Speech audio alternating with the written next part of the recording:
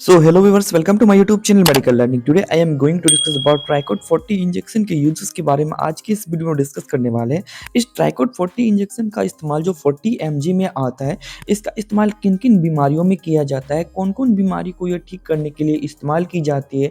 जैसे कि बहुत सारे बीमारी जैसे कि सोरियासिस हो जाते हैं, गठिया की बीमारी हो जाते हैं या फिर बॉडी में किसी प्रकार का सूजन हो जाता है, तो उसके इलाज में यह मेडिसिन किस प्रकार से इफेक्टिव होता है। बहुत सारी जैसे कि अनेकों प्रकार की बीमारियों का इलाज में इस मेडिसिन का उपयोग किया जाता है। ठीक है, तो चलिए इन सभी चीज़ों के बारे में आज के इस वीडियो में जो होता है ट्राइकोट 40 mg इंजेक्शन के यूजेस के बारे में आज के इस वीडियो में फुल्ली डिस्कशन करने वाले हैं। इसके क्या यूजेस होंगे, डोजेज होंगे, किसको कितनी मात्रा में देनी चाहिए, कॉन्ट्रा इंडिकेशंस क्या होगा, किस पेशेंट को कितना मात्रा में देनी चाहिए, किसको नहीं देना चाहिए, प्रेगनेंसी में दे सकते हैं या फिर नहीं दे सकते हैं, इन सभी चीज़ों के बारे में इस वीडियो में फुल्ली डिस्कशन करने वाले हैं। तो चलिए शुरू करते हैं। फर्स्ट हम लोग जानते हैं डिटेल ऑफ ट्राइकोट 40 इंजेक्शन। ठीक है, इसका कुछ बेसिक डिटेल के बारे में जान लेते हैं। सबसे पहले इसमें जो मेन कंपोजिशंस पाए जाते हैं, इसमें जो कंपोजिशन पाया जाता है वह ट्राइएमसिनोलोन पाया जाता है। क्या पाया जाता है? ट्राइएमसिनोलोन एसीटोनाइट। ठीक है, ये एक प्रकार का कंपोजिशन होता है। ये क्या होता है? तो ये एक प्रकार का कॉर्टिकोस्टेरॉइड होता है। ये एक प्रकार का स्टेरॉइडल मेडिसिन होता है। ठीक है, कॉर्टिकोस्टेरॉइड मेडिसिन दवाओं की कैटेगरी में आता है।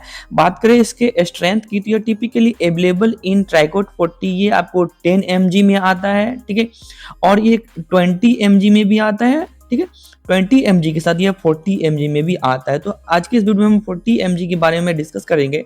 ठीक है, चलिए, और इसकी बात करें, यह it's available in injection and tablet form. ठीक है, ये आपको इंजेक्शन फॉर्म में भी मिल जाएगा ट्राइएमसिनोलोन, और टैबलेट फॉर्म में भी मिल जाएगा। ठीक है, नेक्स्ट चलिए जानते हैं ये जो होता है मेडिसिन, इसके यूजेस के बारे में डिस्कस कर लेते हैं कि क्या इसका यूज होगा।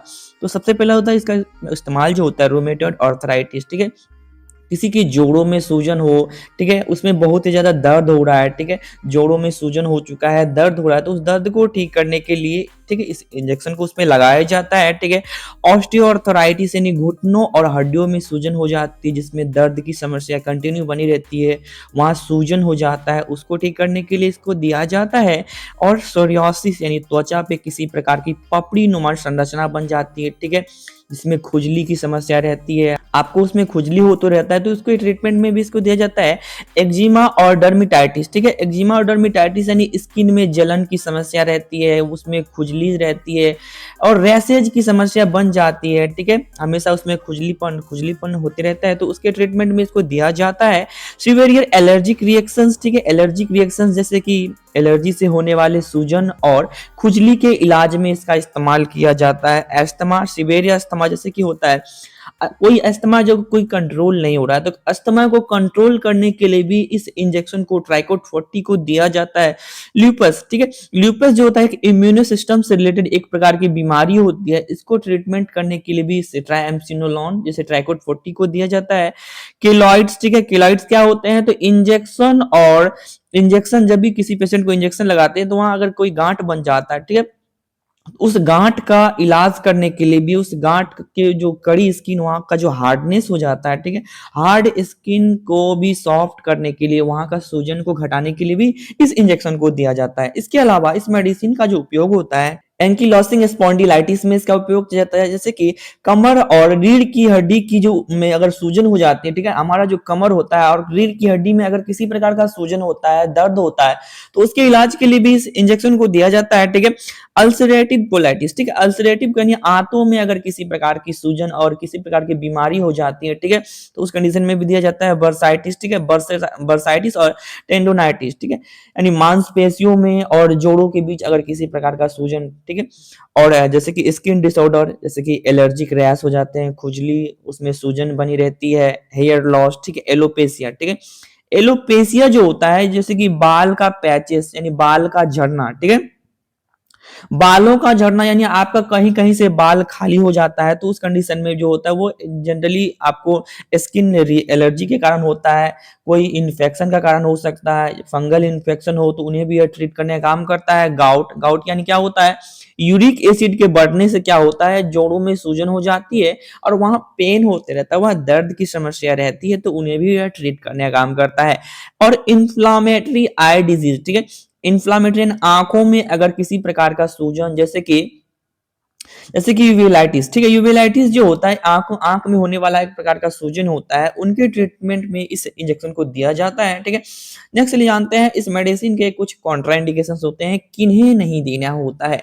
इस इंजेक्शन को किन्हें नहीं देना होता है? सबसे पहले जाते हैं एक्यूट, ठीक है? जिन्हें एक्यूट ट्यूबरकुलोसिस, ठीक है? एक्यूट ट्यूबरकुलोसिस यानी जो जिनका टीबी जो होता है एक्यूट है, आता है जाता है मतलब ज़्यादा समय के लिए नहीं रहता है, तो उन्हें नहीं देना होता है। Severe and uncontrolled diabetes patient में इन्हें नहीं दिया जाता है। अगर आप डायबिटीज के पेशेंट में इस कॉर्टिकोस्टेरॉइड यानी ट्राइकोट 40 का इस्तेमाल करते हैं तो वो उसका डायबिटीज का लेवल और ज्यादा बढ़ा देता है, शुगर का लेवल बढ़ा देता है और उनमें बहुत सारे प्रॉब्लम्स देखने को मिल सकते हैं, ठीक है?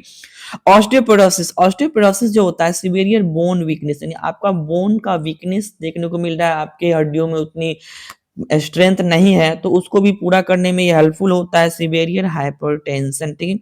हाइपरटेंशन को भी यह क्या करता है, उन कंडीशन में भी यह नहीं देना होता है, ठीक है? हाइपरटेंशन वाले जिसका बीपी ज़्यादा बढ़ चुका है तो उनको भी नहीं देना है, ठीक है? और लीवर या फिर किडनी रिलेटेड किन्हें कोई इश्यू है, कोई प्रॉब्लम्स है, ठीक है? जिन्हें कि किसी प्रकार का स्टोन है तो उन्हें भी यह इंजेक्शन नहीं देना है, ठीक है? बाकी प्रेगनेंसी में भी आपको और ब्रेस्ट फीडिंग मदर में भी आप इसे नहीं दे सकते हैं, बहुत ज़्यादा इसके लिए हानिकारक साबित हो सकता है, ठीक है? चलिए नेक्स्ट चलिए जानते हैं इसके कुछ कॉमन साइड इफेक्ट होते हैं, साइड इफेक्ट के बारे में डिस्कस कर लेते हैं। So some side effect of Tricort 40 injection. सबसे पहले जो होता है ये क्या करता है, ये कौन सा काउज कर सकता है, ये आपको हाई ब्लड शुगर का काउज कर सकता है, ठीक है? ठीक है, अगर आप प्रॉपर डायबिटीज का चेकअप कराने के बाद ही इस इंजेक्शन को दें। Pain and swelling at injection site यानी जिस भी जगह पे आप इस इंजेक्शन को लगाएंगे वहां पे पेन हो सकता है, स्वेलिंग हो सकता है, हेडेक की समस्या हो सकती है, समटाइम्स डिजीनेस की समस्या हो सकती है और एलर्जिक रिएक्शंस देखने को मिल सकते हैं। हालांकि कॉमन साइड इफेक्ट रहेंगे, आपके बॉडी पे मतलब नहीं देखने को मिलेगा, ठीक है? चलिए डोजेस के बारे में डिस्कस कर लेते हैं। डोजेस कितना रहेगा इस मेडिसिन का, तो आप इस इंजेक्शन का इस्तेमाल जो होता है इंट्रामस्क्यूलर कर सकते हैं, ठीक है? इंट्रामस्क्यूलर ही करना चाहिए और इंट्रा आर्टिकुलर यानी आपको जो होता है डायरेक्ट जो जब भी अर्थराइटिस का कंडीशन होता है, गठिया का कंडीशन होता है, तो आप क्या कर सकते हैं, डायरेक्टली आप क्या कर सकते हैं उस जॉइंट में, ठीक है? उस जोड़ यानी हड्डियों के जोड़ के बीच में आप इस इंजेक्शन को डाल सकते हैं, इसी को इंट्रा आर्टिकुलर बोलते हैं, ठीक है? यूजुअल अडल्ट डोज कितना रहेगा, तो आप 5 टू 60 mg पर वीक यूज कर सकते हैं, यानी एक सप्ताह में आप ये इंजेक्शन जो होता है आप एक वाइल यूज कर सकते हैं, ठीक है? एक वाइल यूज कर सकते हैं। Depending on the severity of condition यानी कंडीशन के अकॉर्डिंग इसका डोज बढ़ भी सकता है और घट भी सकता है, ठीक है? तो आज का इन्फॉर्मेटिव वीडियो आपको कैसा लगा, कमेंट में जरूर बताइएगा। अगर आपको ट्राइकोट 40 से रिलेटेड कोई भी क्वेश्चन, कोई भी डाउट रह जाता है तो आप अवश्य हमारे कमेंट बॉक्स के थ्रू पूछ सकते हैं, हम जल्द से जल्द उसका आंसर देने का कोशिश करेंगे। Thank you.